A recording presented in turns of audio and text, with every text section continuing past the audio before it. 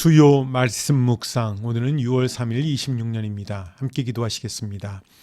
우리를 창조하시고 우리의 생명을 주관하시는 하나님 아버지, 6월 첫째 수요일을 맞이하도록 지금까지 우리 모두를 인도하여 주심을 인하여 감사드립니다. 우리의 고집과 선입견과 불신앙을 생명과 진리 되신 말씀 앞에 항복하게 하여 주셔서 하나님의 자녀로 온전히 설 수 있도록 인도하여 주시옵소서. 하나님의 말씀이 우리의 삶의 나침판이 되어 주님의 길을 걸어가는 우리 온 성도들이 되기를 원합니다.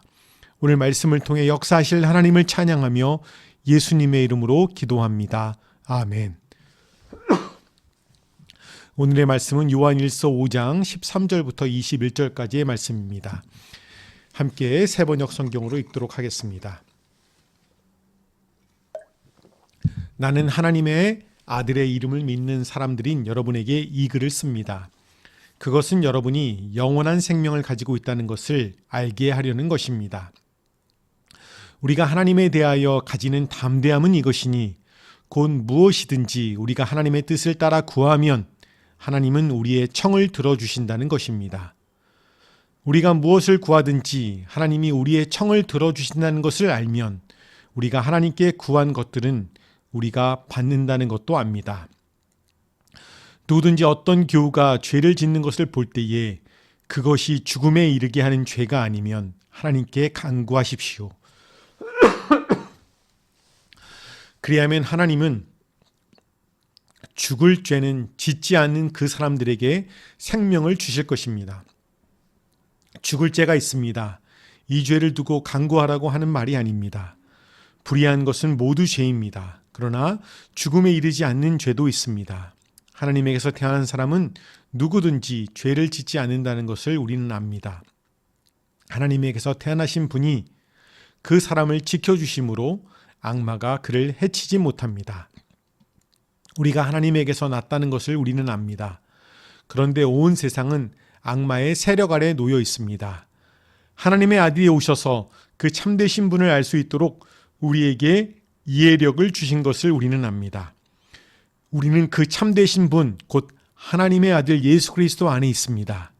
이분이 참 하나님이시요 영원한 생명이십니다. 자연된 이 여러분은 우상을 멀리 하십시오. 아멘. 사랑하는 성도 여러분, 오늘 우리는 요한일서의 마지막 부분에 이르렀습니다.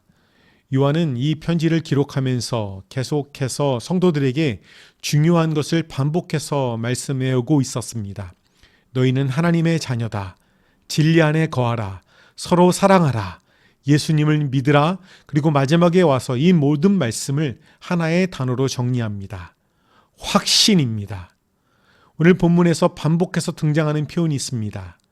우리가 안다. 우리가 확신한다. 요한은 흔들리는 성도들에게 믿음의 확신을 주고 있습니다. 사실 우리는 확신이 없는 시대에 살고 있지요. 그래서 어디를 못 가는 상황에서도 가지 못합니다 라고 말하는 대신에 가지 못할 것 같습니다 라고 말을 합니다. 이렇게 우리는 같습니다라는 표현을 늘 사용하는 우리에게 믿음의 확신에 거하라라고 우리에게 도전하고 있습니다. 첫째, 우리는 영생을 확신할 수 있습니다. 요한은 이렇게 말합니다. 나는 하나님의 아들의 이름을 믿는 사람들인 여러분에게 이 글을 씁니다. 그것은 여러분이 영원한 생명을 가지고 있다는 것을 알게 하려는 것입니다. 이 말씀은 요한일서 전체의 목적과 같습니다. 여러분이 알게 하려고 한다고 했는데 무엇을 알게 합니까? 여러분에게 영원한 생명이 있다라고 하는 것을 알게 하기 위해서라고 말씀하고 있지요. 신앙은 막연한 희망이 아닙니다. 아마 구원받겠지, 어쩌면 하나님이 받아주시겠지, 이 정도가 아닙니다. 요한은 말씀하고 있지요. 알 수 있다. 확신할 수 있다. 왜냐하면 구원의 근거가 우리 자신에게 있는 것이 아니라 예수 그리스도께 있기 때문입니다. 우리가 구원의 확신을 가지면 여러 가지 장점이 많이 있습니다. 첫 번째, 두려움이 줄어들고 평안이 생깁니다. 구원의 확신이 없으면 신앙생활이 늘 불안합니다. 내가 정말 구원 받았나? 하나님이 나를 버리시면 어떡하나? 라고 하는 두려움이 생깁니다. 그러나 예수 그리스도를 믿는 자에게 주신 하나님의 약속을 붙들면 마음의 평안이 옵니다. 구원의 확신이 있으면 둘째, 하나님을 더 사랑하게 됩니다. 확신이 없는 사람은 하나님을 무서운 심판자로만 느끼기 쉽습니다. 그러나 구원의 확신을 가진 사람은 하나님을 아버지로 바라봅니다. 내가 하나님께 받아들여졌다라고 하는 은혜를 알기 때문에 억지로가 아니라 감사함으로 하나님을 사랑하게 됩니다. 구원의 확신 있는 사람이 갖고 있는 복 중에 세 번째는 죄와 싸울 힘이 생깁니다. 구원의 확신은 이제 마음대로 살아도 된다는 뜻이 아니지요. 오히려 반대입니다. 내가 하나님의 자녀라는 확신이 있으면 죄 가운데 계속 머물 수 없습니다. 자녀답게 살고 싶은 마음이 생깁니다. 은혜를 아는 사람이 은혜에 합당한 삶을 살려고 합니다. 네 번째는 시험과 고난 속에서도 무너지지 않습니다. 삶이 힘들 때, 건강이 흔들릴 때, 기도가 바로 응답되지 않을 때 구원의 확신은 영혼의 닷과 같습니다. 상황은 흔들려도 나는 하나님의 손 안에 있다라고 하는 믿음이 우리를 붙들어 줍니다. 다섯째, 섬김과 헌신이 자유로워지지요. 확신이 없으면 신앙생활이 공로 쌓기가 됩니다. 이만큼 해야 하나님이 나를 받아주시겠지라고 하는 마음이 듭니다. 그러나 구원의 확신이 있으면 섬김이 거래가 아니라 감사가 됩니다. 이미 받은 은혜가 너무 커서 기쁘게 헌신하게 되지요. 구원의 확신이 있는 사람에게 주시는 여섯 번째 복은 죽음 앞에서도 소망을 가질 수 있습니다. 구원의 확신은 마지막 순간에 가장 귀합니다. 세상의 모든 것은 내려놓아야 하지만 예수 그리스도 안에 있는 생명은 빼앗기지 않습니다. 그래서 성도는 죽음을 끝으로 보지 않고 주님께 가는 길로 바라볼 수 있는 것입니다. 구원의 확신은 우리를 교만하게 만드는 것이 아니라 우리를 겸손하게 만들고 방종하게 만드는 것이 아니라 우리를 거룩하게 만들며 불안을 평안으로 바꾸어 줍니다. 구원의 확신은 내 감정의 확신이 아니라 예수 그리스도의 십자가와 부활 그리고 하나님의 약속에 근거한 확신입니다. 우리 모두가 구원의 확신이 있는 온 성도가 되시기를 축복합니다. 둘째, 하나님은 자녀의 기도를 들으십니다. 요한은 이어서 기도에 대해 말합니다.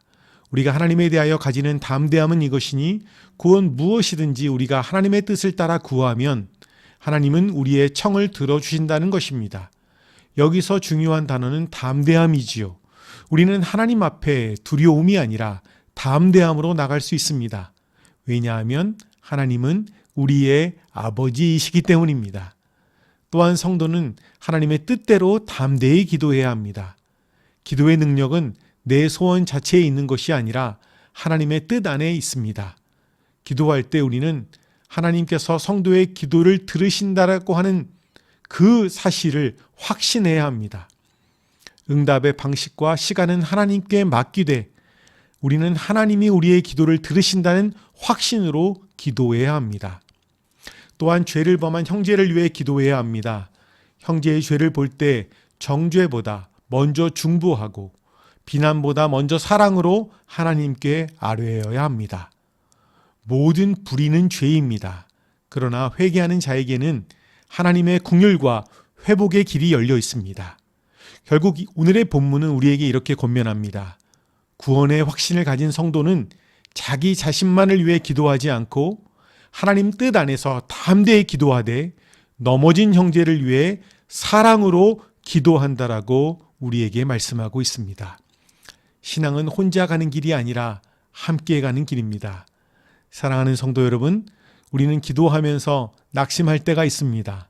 왜 응답이 없을까? 하나님이 듣고 계실까? 그러나 오늘 말씀은 분명히 우리에게 말씀하고 있습니다. 하나님이 들으신다고요. 당장 눈에 보이지 않아도 하나님은 일하고 계십니다. 그래서 우리는 포기하지 않고 오늘도 내일도 기도하고 있습니다. 셋째, 우리는 하나님께 속한 자로 살아가야 합니다. 요한은 마지막 부분에서 매우 강한 확신의 언어를 사용합니다. 하나님께로부터 난 자마다, 그리고 계속해서 말합니다. 우리가 아노라. 요한은 세 가지를 말합니다. 하나님께 속한 자는 죄 가운데 계속 살지 않는다. 우리는 하나님께 속하였다. 예수 그리스도는 참 하나님이시며 영생이시다. 그리고 마지막 문장은 매우 짧고 강렬합니다. 자녀된 이 여러분, 여러분은 우상을 멀리 하십시오.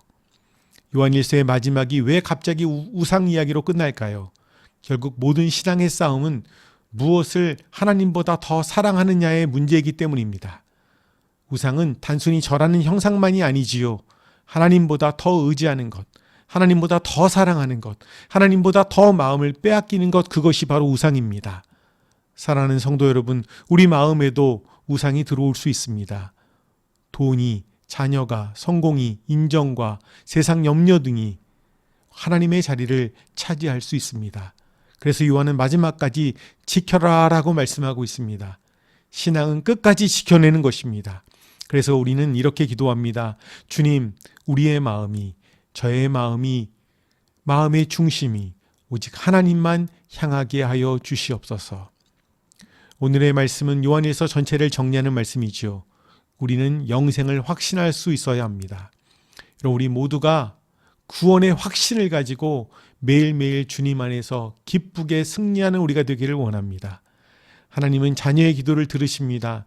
우리는 하나님께 속한 자로 살아가야 합니다. 사랑하는 성도 여러분, 요한일서는 처음부터 끝까지 한 가지를 말씀하고 있습니다. 너희는 하나님의 자녀다. 그러므로 흔들리지 말고 두려워하지 말고 믿음 안에 거하라고 하는 것입니다. 오늘 이 말씀 앞에서 우리가 이렇게 고백하기를 원합니다. 주님, 확신 가운데 살겠습니다. 끝까지 하나님께 속한 자로 살아가겠습니다. 같이 기도하시겠습니다. 사랑의 하나님, 예수 그리스도 안에서 구원의 확신을 주심을 인하여 감사합니다. 흔들리는 세상 속에서도 믿음을 굳게 붙들게 하여 주시고 기도 가운데 하나님을 더욱 의지하게 하여 주시옵소서. 우리의 마음을 지켜주셔서 우상이 아니라 오직 하나님만 사랑하게 하여 주시고 끝까지 하나님께 속한 자로 살아가게 하여 주시옵소서. 우리 교회에 속한 모든 지체들이 영육간에 강건하도록 인도하여 주시고 약하고 아픈 지체들에게 주님의 위로와 치료를 경험하도록 은혜 주시기를 간구합니다. 나머지 3일간도 성령 충만하여 주님의 기쁨이 되기를 소원하며 예수 그리스도의 이름으로 기도합니다. 아멘.